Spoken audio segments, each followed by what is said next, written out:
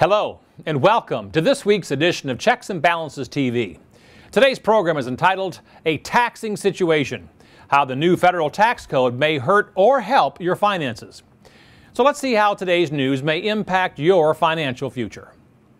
The 2012 U.S. Federal Tax Code will largely remain the same as last year, due to the extension of the Tax Relief, Unemployment Insurance Reauthorization, and Job Creation Act of 2010.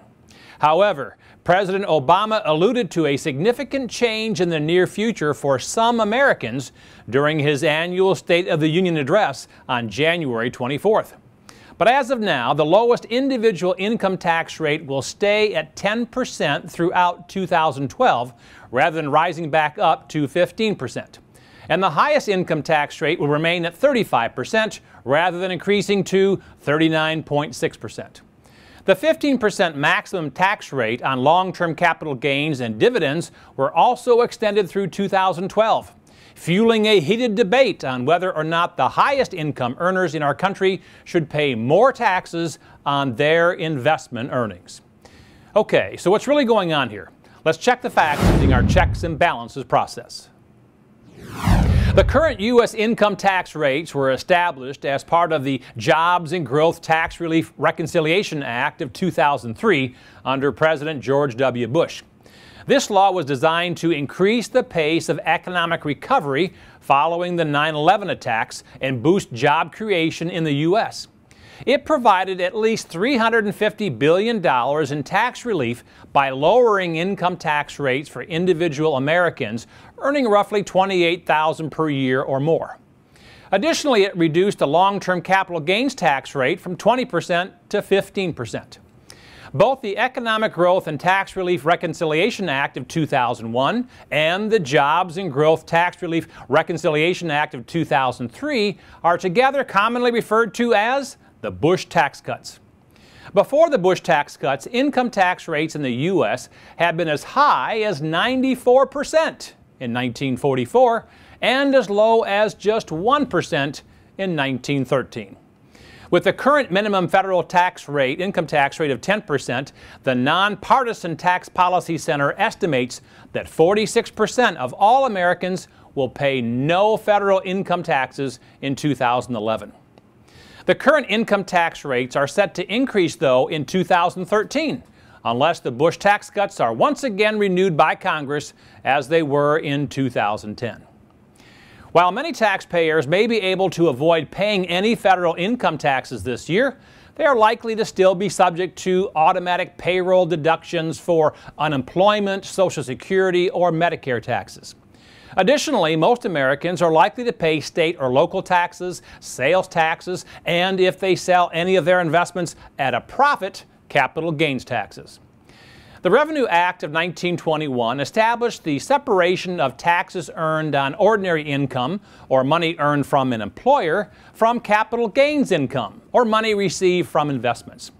The law allowed long-term capital gains to be taxed at a lower rate if they are now held for at least 1 year. Short-term capital gains on investments held for less than 1 year are taxed at ordinary income tax rates. And one of the reasons a separate tax on long-term capital gains and qualified dividends was put in place was to help reduce double taxation. When corporations pay out dividends, those earnings have already been taxed at the corporate level. Taxing it again at the individual level would result in double taxation. Okay, so now that we've checked the facts, let's balance this news using our checks and balances process to determine what action you should take today. If you tuned into the annual State of the Union address last week, you probably saw Warren Buffett's secretary, Debbie Bosanek, sitting near the First Lady as a special guest of President Obama. You also would have heard the so-called Buffett rule, which stems from the statement made by Buffett that his secretary pays a higher income tax rate than he does. In an editorial Buffett wrote last August for the New York Times, he admitted that he has a 17.4% effective tax rate. The effective tax rate is the net rate paid by a taxpayer when adding up the total amount of taxes paid and dividing it by the total taxable income earned. Buffett argued that the rich should pay taxes at a higher rate. even though he himself makes a substantial part of his annual income off of investment earnings taxed at the 15% rate. As a national proponent for increasing taxes on the wealthy, the Buffett rule was first introduced last September by President Obama as a means to, as he put it, alleviate income inequality in the U.S. between the top 1% of Americans and the remaining 99%. In his State of the Union address, President Obama updated the Buffett rule by proposing a minimum tax rate of 30% on those who earn at least $1 million annually. Now, what President Obama did not mention in his State of the Union address, and what many Americans may not fully understand, is that long-term capital gains taxes are paid on earnings from investments, and those investments are made with after-tax dollars. Ironically, for a man who does not think the wealthy pay enough in taxes, listen to this, Buffett has not been paying his fair share for years. His company, Berkshire Hathaway, reportedly owes nearly $1 billion in taxes to the IRS, dating back to 2002. And this isn't the first fight with the IRS he's had. Berkshire Hathaway also was involved in a 14-year battle with the IRS over the dividends received deduction, which was finally resolved in 2005.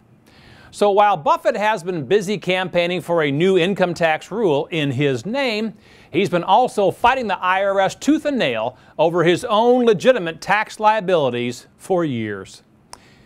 Okay, so what's the bottom line here? The capital gains tax rate has been a hot topic in the media recently, as presidential hopefuls release their own tax returns in advance of the upcoming November election. Billionaire Warren Buffett thinks he has the answer to the debate. As we all know, he is one of the richest men in the world, but he's not leading by example when it comes to the taxes he owes the IRS. And it might seem like an easy fix to double the taxes due on long-term capital gains for the rich, but the consequences of that one single action could derail economic growth for years to come. If you think about it, long-term capital gains are taxed at a lower rate to encourage individual investments into companies, whose growth fuels the economy.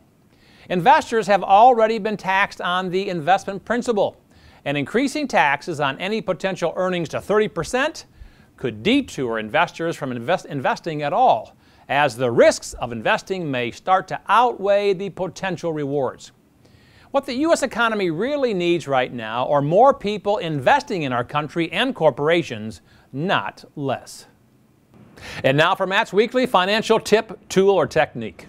As you know, the tax code is a complex document, but the federal government has put in plenty of credits and deductions to give you some needed tax relief.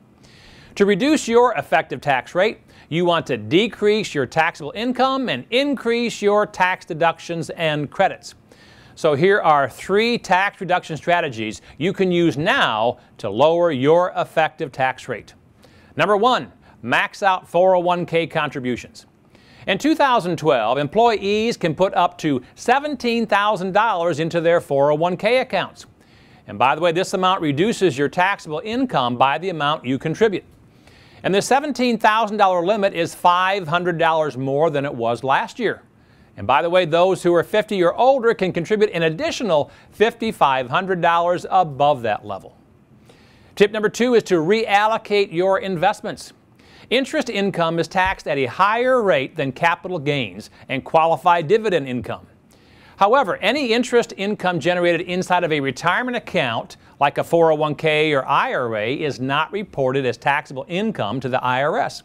The only time you report taxable income from a retirement account is when you take a withdrawal.